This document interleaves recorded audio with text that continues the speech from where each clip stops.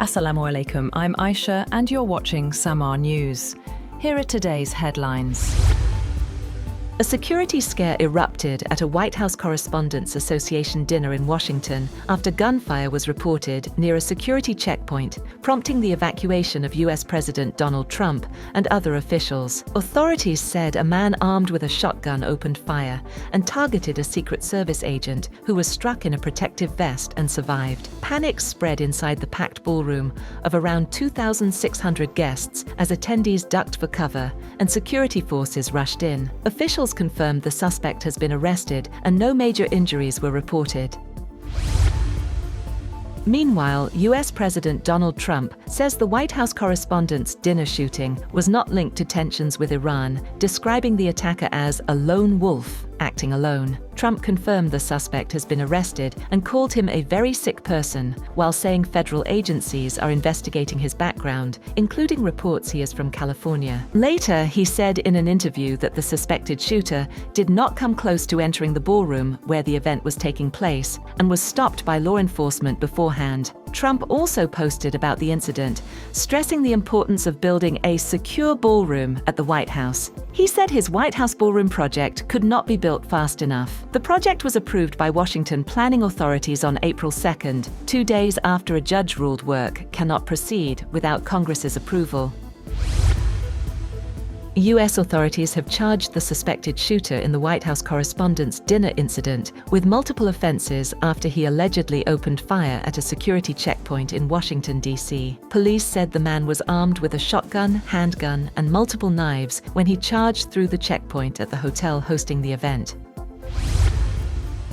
A shooting incident at the White House Correspondents' Dinner has once again raised serious questions about security for top US officials. A gunman attempted to breach security at the Washington event and fired shots, hitting a Secret Service agent who was protected by body armor and is expected to recover. President Donald Trump and other senior officials were quickly evacuated, while the suspect was apprehended at the scene. The incident has reignited concerns over the safety of political leaders amid rising threats and heightened tensions. Prime Minister Shehbaz Sharif has expressed shock over the shooting incident at the White House Correspondents' Dinner, calling it disturbing and saying he is relieved that US President Donald Trump, Melania Trump, and other guests are safe. In a statement on X, he offered prayers for their safety and well-being, adding that his thoughts are with those affected. Britain says it is working closely with US security agencies ahead of King Charles's upcoming visit, following a shooting incident at a high-profile event in Washington. Officials confirmed that security coordination has been intensified after gunfire disrupted the White House Correspondents' Dinner, prompting the evacuation of President Donald Trump and other senior figures. A senior UK minister said both the government and Buckingham Palace are taking the visit very seriously, with ongoing discussions to ensure maximum protection. The incident has heightened concerns over security at major political events amid rising threats. Iranian Foreign Minister Abbas Araghchi has held telephone talks with his counterparts from Egypt and Turkey, discussing ceasefire efforts and broader diplomatic developments. During his call with Egyptian Foreign Minister Badr Abdelati, the two sides exchanged views on the US-Israel conflict and the evolving regional situation. Araghchi also spoke with Turkish Foreign Minister Hakan Fidan, briefing him on ceasefire progress and ongoing diplomatic efforts aimed at resolving the conflict.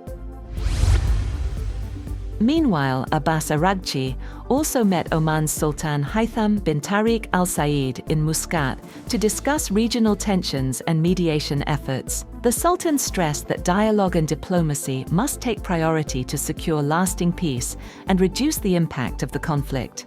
Araghchi briefed him on Iran's position and thanked Oman for its role in facilitating talks as part of a regional tour that began in Islamabad.